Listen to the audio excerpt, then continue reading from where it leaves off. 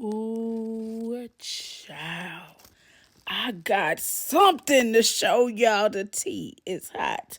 If I had to come out here with my bonnet on, you know the tea finna be hot. Check this out. Cowboy bear for you. Said Gypsy, you should really investigate on Ken. Some of us have met him on Grindr. Child. Now, of course, you gotta look up this account, y'all. Now, this man is a 51-year-old country boy.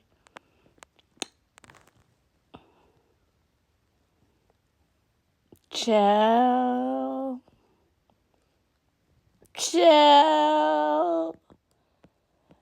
Ooh, child, the tea is hot. The tea is scorching. So is Steve Wood really fake?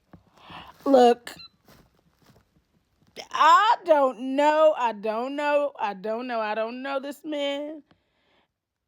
But I'm starting to feel like if too many people are coming out, there got to be some truth to it. But I don't know, y'all. I don't know. This is just what I seen. And one of my followers sent it to me and was like, you need to go look at this real fast. And I looked. Chill.